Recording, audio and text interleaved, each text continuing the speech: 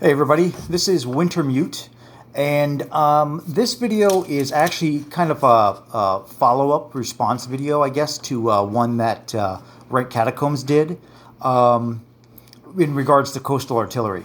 So first and foremost, I would say go watch his video first, and I'll put a link in the description below. And then you can come back and follow up with this video, because I'm only talking about one aspect of coastal artillery. And it's one that is easily overlooked by a lot of people in the current rule set, because it's an aspect that didn't exist in 2nd edition because they didn't have narrow crossings.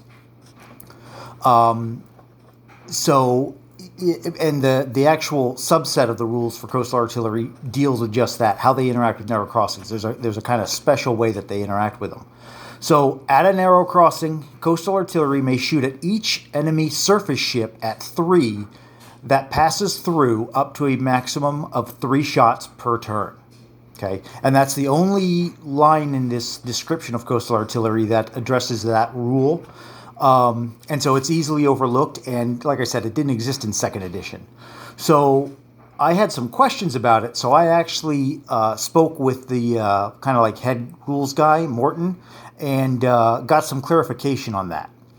So I want this video to just focus on that aspect of how coastal artillery and the narrow crossings work. So what I'm going to do is I'm going to scoot the camera up a little bit so we can get a good look. Now, what I'm going to do is first I'm going to look at where all the narrow crossings are at, because there's a reason for that. So we've got the one there, Newfoundland and St. Pierre Island. Not really relevant because you can clearly just go around it. We got the one here at London. I'm going to go into greater detail about that. Same thing with the one at Denmark. I'm going to go into greater detail about that. Then we have the one here in South Italy connecting to Sicily. I'm going to look at that one too. So the other narrow crossings on the map are, we have Ceylon here, which connects to southern India. Again, you're never going to be, a ship never has to go through this point because it can just always go around it. There's no, so that one really won't work for this. Same thing here with Henan going into Kwantung. Is, as far as I can tell, there's never a reason for a ship that they just move into this zone, and there's no reason or ability for them to even pass that point. So then we're going to look at the one in Japan, and again, that one doesn't really have any effect on this, because or as far as this rule goes, because this sea zone and this sea zone are always connected here. So there's never a reason for a ship to pass through here. So coastal artillery would never get a chance to fire at it. So now we're going to come back over to, we're going to start with the Italian one.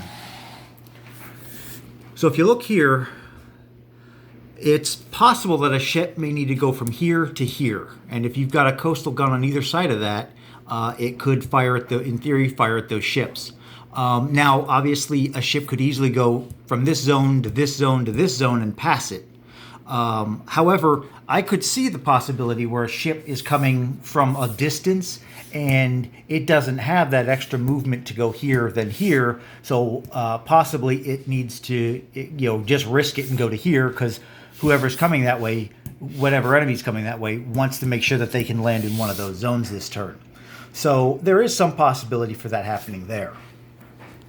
And then if you look at Denmark, you'll see that the way it is kind of laid out is you've got that those islands kind of off to the right of Denmark itself, and then you have the narrow crossing connecting Denmark to Gotland up in Sweden. I double checked, and he said that you cannot go around those islands to avoid that narrow crossing.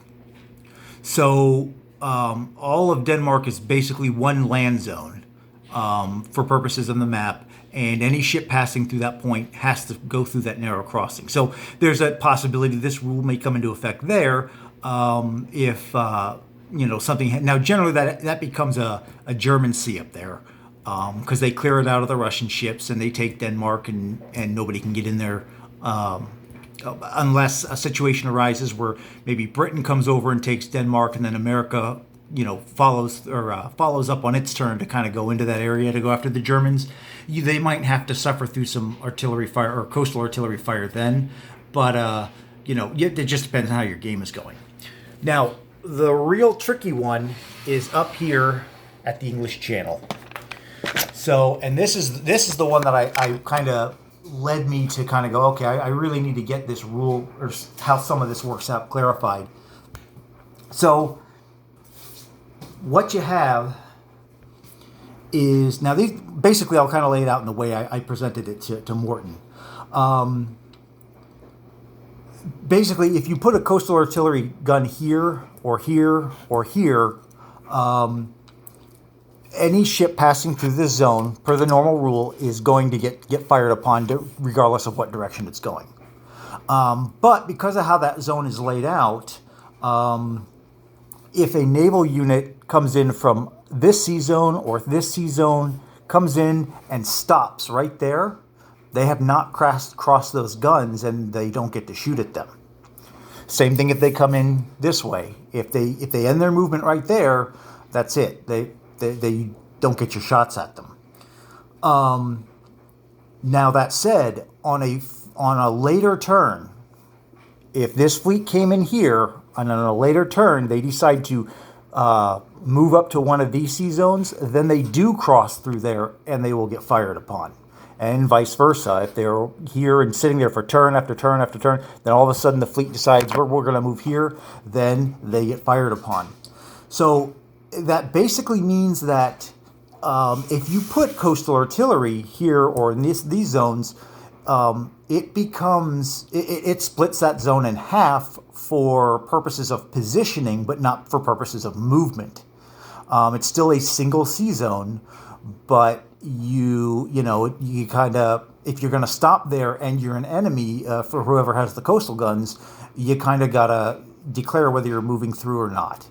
Obviously most people aren't.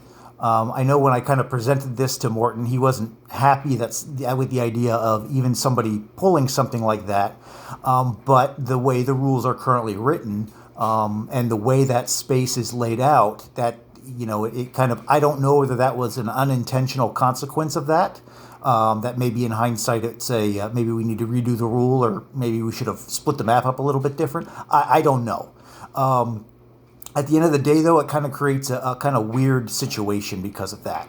But right now, as it stands, that's kind of how it works. So I wanted, like I said, I wanted to follow up with Rent Catacombs' video to add this, to kind of like add this as an addendum, a second part going more specific into this particular rule, especially because I had actually just talked with Morton about this specific topic just last week. So it just kind of, the timing was kind of worked out well.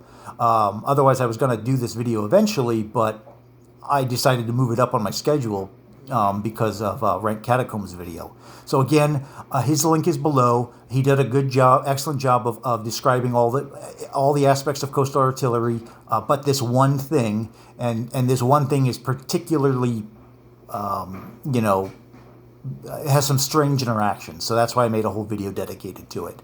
So again, write to me in the comments, see if maybe you've got some questions or I need to clarify something, and we'll go from there. This is Wintermute signing off.